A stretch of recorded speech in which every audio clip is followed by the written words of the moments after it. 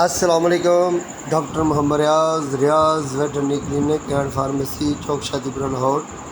آج ہم ایک بہترین کیس لے کر آپ کے سامنے ہیں۔ یہ ایک بھینس ہے، یہ تقریباً 3 سے 4 دن سے یہ پریشان ہے، تکلیف میں ہے۔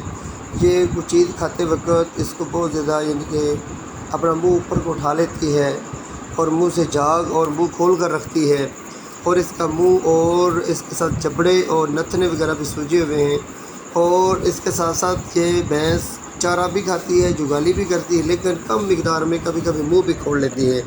تو میں نے ساری ڈائگنوز تشخیص کی تو ہمیں پتہ چلا کہ اس کو نان کنٹیجیس ڈیزیز اسٹوماٹائٹس ہم اس کو کہتے ہیں، جس میں منہ کی سوزش آ جاتی ہے۔ منہ کی سوزش کے ساتھ ساتھ اوپر والا جبڑا، نیچے والا جبڑا، حلق اور اس کے ساتھ زبان اور منہ کی سوزش، یہ سارا حصہ جو ہوتا ہے متاثرہ، اس کو اسٹوماٹائٹس کہتے ہیں۔ اور تعریف اس کی ہم کیا کرتے ہیں، منہ کی میوکس ممبرین کی سوزش انفلامیشن اسٹوماٹائٹس کہلاتی ہے۔ یہ کئی بیماریوں کی نمایاں علامت کے طور پر موجود ہوتی ہے، لیکن یہ طبی وجہ سے بھی ہوتی ہے۔ اس میں میوکس ممبرین کی سوزش صرف مقامی طور پر بھی ہو سکتی ہے، مثلاً جبڑوں کی سوزش، یا اس میں تمام منہ کے متاثرہ حصے بھی ہو سکتے ہیں۔ اور سوزش کی شدت اور نوعیت سوزش پیدا کرنے والے اسباب کی نوعیت اور بیماری کی دورانیہ کے حساب پر ہے۔ اسباب: منہ کی سوزش پیدا کرنے والے اسباب طبی بھی ہو سکتے ہیں اور کیمیائی اور متعدی بھی ہو سکتے ہیں۔ نمبر 1، طبی اسباب۔ طبی اسباب میں منہ کی میوکس ممبرین کا معائنہ کرنے کے دوران زخمی ہو سکتا ہے، جانور منہ نہیں کھولتا، اور کند کنارے والے آلات سے دوائی پلانا، حادثاتی طور پر خوراک میں موجود کیل اور سوئیاں وغیرہ معدت پہنچ جانا، یا خراش دار اور سخت اقسام کی گھاس کھانا، دانتوں کی ساخت میں خرابی پیدا ہو جانا، یا گرم پانی پینے کی وجہ سے منہ کا جل جانا اسٹوماٹائٹس کی علامات میں آتا ہے۔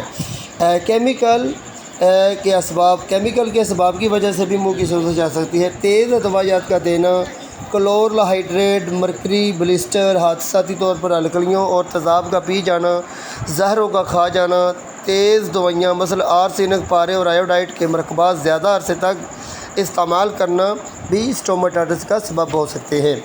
متعدی بیماری کے اسباب: بیکٹیریا سے پیدا ہونے والی بیماریاں مثلا ایکٹینومائکوسس، اور اس کے ساتھ ساتھ دوسری وائرل انفیکشن، وائرل ڈائریا بھی اسٹوماٹائٹس کی علامات پیدا کر سکتا ہے۔ فنگس کے اسباب: فنگس کی وجہ سے بھی یہ یعنی کہ منہ کی سوزش، کینڈیڈا ایسپرجیلوسس فنگس بھی، یعنی کہ جو جراثیم ہوتے ہیں، پروٹوزون ہوتے ہیں، پیراسائٹ ہوتے ہیں، ان کی وجہ سے بھی منہ کی سوزش اسٹوماٹائٹس کا سبب ہو سکتے ہیں۔ پیراسائٹ کی وجہ سے اسٹوماٹائٹس: پلانٹس لائٹس اور اینٹ فلائٹس، یعنی کہ پودوں کے ذریعے سے پیراسائٹ کا جسم میں داخل ہو کر اسٹوماٹائٹس کا پیدا کرنا۔ بہت سے کیڑوں کے لاروے اور اس کے ساتھ وغیرہ لاروے اور انڈے وغیرہ الرجی کی وجہ سے منہ کی سوزش پیدا کر سکتے ہیں۔ اسٹوماٹائٹس کی علامات: منہ کی سوزش کی ابتدائی علامت کم و بیش منہ سے جاگدار یا بے جاگدار لعاب کا بہنا، اور لعاب عام طور پر شفاف ہونا۔ بعض دفعہ اس لعاب میں پیپ کے اجزاء بھی ملے ہوئے ہوتے ہیں۔ یہ منہ میں زخم کی وجہ سے ہو سکتا ہے۔ متاثرہ جانور منہ کھولے کھڑا ہوتا ہے، چبانے کی حرکات کم ہو جاتی ہے، جانور کو بھوک کم لگتی ہے یا بالکل کھانا چھوڑ دیتا ہے، بخار بھی ہو جاتا ہے، اور زہر ٹاکسن کی علامت موجود ہوتی ہے، وہ متعدی بیماری کو ظاہر کرتی ہے۔ کسی دوسری قسم کی علامت موجود ہوں، ڈائگنوز تشخیص کرنے سے پہلے بیان کردہ متعدی بیماریوں کی وجہ سے بھی ہو سکتی ہے۔ منہ کے معائنے کے دوران منہ میں بہت سی اقسام کے چھوٹے چھوٹے لیجنز دانے بھی موجود ہوں گے، اور ان میں پتلی دیواروں والے ویزیکل 1 سے 3 سینٹی میٹر محیط کے ہوتے ہیں، اور ان میں شفاف مادہ بھرا ہوا ہوتا ہے بھی شامل ہوتا ہے۔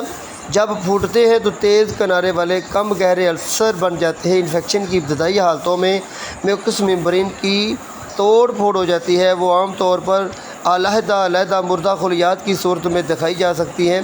مردار ٹشو اپنی جگہ پر موجود ہو سکتا ہے۔ تیز کیمیائی چیز کے سبب سے سوزش ہو، میوکس ممبرین سوجے ہوئے ہوتے ہیں اور ان میں سوزش کی رطوبات ہوتی ہے، سانس بدبو دار ہو جاتی ہے، مقامی اور لفافی گدوز سوجے ہوئے ہوتے ہیں۔ ٹریٹمنٹ: اگر مرض کا سبب دور کر لیا جائے تو اکثر جانور بغیر کسی پیچیدگی کے جلد ہی صحتیاب ہو جاتے ہیں۔ مزید علاج کی ضرورت زیادہ تر محسوس نہیں ہوتی اور صرف شدید طور پر بیمار جانوروں کو ہی علاج کی ضرورت پڑتی ہے۔ اگر سوزش بہت زیادہ ہو تو براڈ اسپیکٹرم اینٹی بائیوٹکس اور اینٹی الرجک اسٹیرائڈ کا یوز کر سکتے ہیں۔ مثلاً سولومن کے انجیکشن یوز کر سکتے ہیں، سولو بریڈ کا یوز کر سکتے ہیں۔ سولو بریڈ بڑے جانوروں میں ہم 10 ml دیتے ہیں، 1 ml 40 کلو گرام جسمانی وزن کے حساب سے یوز کر سکتے ہیں۔ اور اینٹی بائیوٹکس میں آپ اسٹریپٹوپینسلین کا یوز کر سکتے ہیں، بڑے جانوروں میں 1 گرام اور اس کے ساتھ ساتھ 5 گرام تک بھی یوز کر سکتے ہیں۔ اور چھوٹے بچوں میں اسٹریپٹومائسین 1 گرام یا پھر کمبیٹک اسٹریپٹوپینسلین کا بھی انجیکشن 1 گرام کا آتا ہے چھوٹے، ان کے 35 سے 40 کلو گرام جسمانی وزن کے حساب سے یوز کر سکتے ہیں۔ پین کلر کے طور پر فلونیکس، میگلومین، لوکسن یا پھر فلیوٹک، یہ بھی آپ یوز کر سکتے ہیں۔ 1 ml 35 سے 40 کلو گرام جسمانی وزن کے حساب سے یوز کرنا ہے۔ اور ساتھ ہم نے منہ میں گرا جو سلوشن یوز کرنا ہے وہ بھی ہم آپ کو بتا دیتے ہیں۔ ہلکی جراثیم کش ادویات کے 0.5% hydrogen per oxide H2O2، 5% sodium by carbonate میٹھا سوڈا، 1 سے 3% پوٹاشیم کلورائڈ سے منہ کو واش کرنے سے تیزی سے صحت یابی ہوتی ہے۔ 2% solution boroglycerin, boric acid plus glycerin, 1% suspension of the sulphadimidine. چھوت کی وجہ سے سوزش ہو تو دانتوں کی طرف دھیان دینا چاہیے۔ تمام قسم کی سوزش میں نرم اور بھوک لگنے والی غذا دینی چاہیے۔ شدید صورت میں مزید غذا کو اسٹامک ٹیوب سے دینی چاہیے۔ اگر جانور کی متعدی بیماری میں مبتلا ہے تو احتیاط کرنی چاہیے۔ ہاتھوں یا دوسرے آلات کے ذریعے سے دوسرے جانوروں میں بیماری پھیلنے کے امکانات ہوتے ہیں، اس لیے احتیاط کرنی چاہیے۔